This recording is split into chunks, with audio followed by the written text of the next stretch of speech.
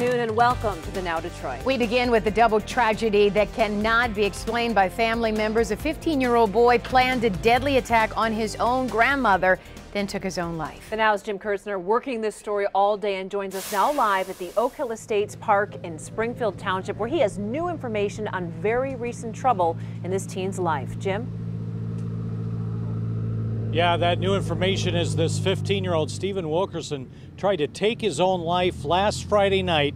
He spent the weekend in the hospital. He got out yesterday. Then during the overnight hours into today, he came here to grandmother's house and started this new trouble. Now check it out. He wrote a note last night that he planned to kill his grandmother. It was found this morning by his father, who came over and found Grandma dead. He called 911.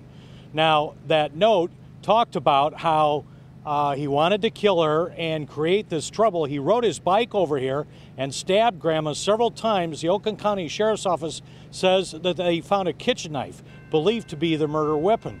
The victim is identified as 65-year-old Mary Barnes.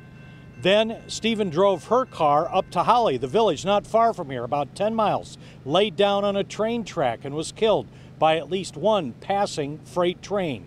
Nobody, including family, can explain why.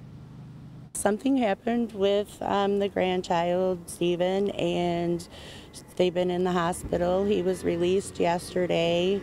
I can't imagine how someone could stick a knife in their grandmother. Now, coming up next hour at 5, we can tell you the 15-year-old lived for a time with the grandmother and other family members. Is that a factor in terms of this big reason why?